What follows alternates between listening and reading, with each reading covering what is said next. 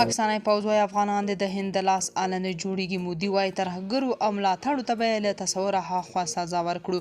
جزئیات هم دلته وګورئ او چینل هم سبسکرایب کړئ.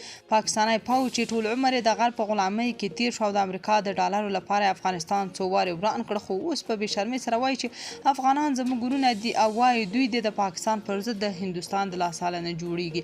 بلخوا د هند لومړي وزیر نریندرا مودي یو ځل بیا اعلان وکړ چې نوې ډیلي به ترهګر او د هغوی ملاتړي او پلان جوړونکي پرې نږدي او له تصوره هاخوا سزا به ورکړي. مودي د یکشنبې په ورځ په من کی بات یا د زړه خبره راډیوي پروګرام کې وویل چې نن له بیګهار څخه غواړم ټولې نړۍ ته په ښکاره ټکو ووایم چې هند به هر ترهګر د هغوی ملاتړي او پلان جوړونکي په ګوته کړي، تعقیب یې کړي او جزا به ورکړي. دوی ته به له تصوره هاخوا سزا ورکړي شي. د هندي رسنیو د رپورټ له مخې صدراعظم نریندرا مودي د هند جوړو دفاعي وسایلو ستاینه وکړه چې په پاکستان او د پاکستان تر ولکې لاندې کشمیر کې د وسوالو پر پټن ځایونو کارول شوي وو.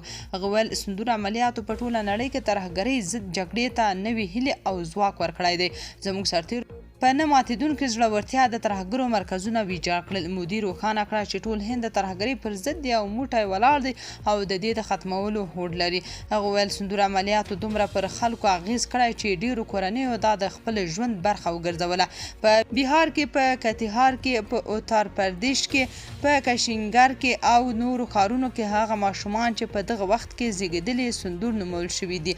د مې پر 9 هند د صندوق تر عنوان لاندې عملیاتو کې د پاکستان مختلفې سیمې په نښه کړې چې وروسته د دواړو هیوادونو ترمنځ لنډې جګړې ته لاره پرانیسته.